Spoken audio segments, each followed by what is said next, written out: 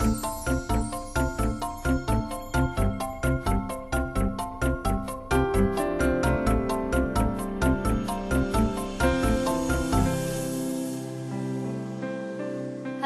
I'm Margot Politis. Welcome to Study English IELTS Preparation. Today we're going to talk about the IELTS speaking and reading tests. The speaking test includes an interview where you can be asked to talk about yourself, your family, your job, or maybe your studies. But you won't have to answer any questions today. Instead, we're going to interview a man called Perry Vlahos.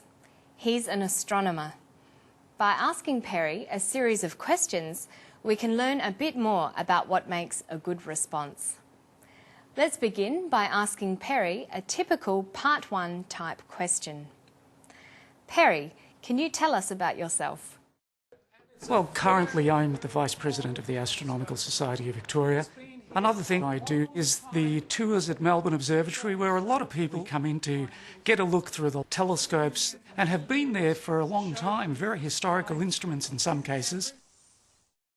Perry answered the question very well. He gave detail in his answer. He's the Vice President of the Astronomical Society of Victoria, and he does tours at the Melbourne Observatory. Perry ordered points logically, and he used linking words like currently and another thing. Did you notice that he started his response with the word well? He did this so he could have some time to think about his answer. Sometimes people will use fillers like well, or are while they are thinking about what they want to say next. It's best to minimise fillers. Don't use them too often because it affects fluency. Fluency is an important feature of your spoken language that the examiner is listening for. What question would you ask Perry next? Perry is an astronomer. We might ask him about his area of study, astronomy. Perry, could you tell us about astronomy? Astronomy is very much a cutting-edge science. It's the oldest science and it's also the newest science. And then every time we find out something new and interesting out there, it also tells us something new and interesting about ourselves and our place in the cosmos. Perry used words that belong to the field of astronomy. For example, he talked about cutting-edge science and the cosmos. Perry also used opposites in his description. He described astronomy as being both the oldest science and the newest science. Perry didn't just tell us facts about astronomy, he extended the description to tell us his opinions about the effect that astronomy can have. He said that it can tell us something new and interesting about ourselves and our place in the cosmos. To enhance his response, Perry could have talked more about the cosmos. That would show more of his vocabulary range. So let's ask Perry, why did you choose to study astronomy? When I was about 11 or 12 and had my first science lesson at high school, and the teacher went up to the board, drew a semicircle, put in various dots, labelled them, said, "Right, now copy this down into your books. These are stars, planets and constellations. Go out there and find them tonight. And then let me know how you went." It inspired me, fired my imagination and gave me something to work towards. Perry answered this question by telling a story. He used narration. He began the story by telling us when it happened. That is, when I was 11 or 12. And he then told us where the story took place. That is, in my first science lesson at high school. The narrative follows a sequence of events. Perry used direct speech. He quoted exactly what the teacher said. The teacher said, "Right, now copy this down into your books." By quoting what the teacher said, his response is more interesting. By listening to Perry, we can get a few useful tips for the IELTS speaking test. Perry did a number of things that you should do in your IELTS test to give the examiner the best chance to hear you speaking clearly. It's a good idea to link ideas and language together and give interesting answers. You should also try to give details and answer questions fully. Remember how Perry told us that astronomy was both the oldest and also the newest science. Using these opposites was a good way for him to describe the field. It also allowed him to show that he was aware of the relationship between these words. Understanding the relationship between words can help to build your vocabulary. It will also help you to answer some questions in the IELTS reading test.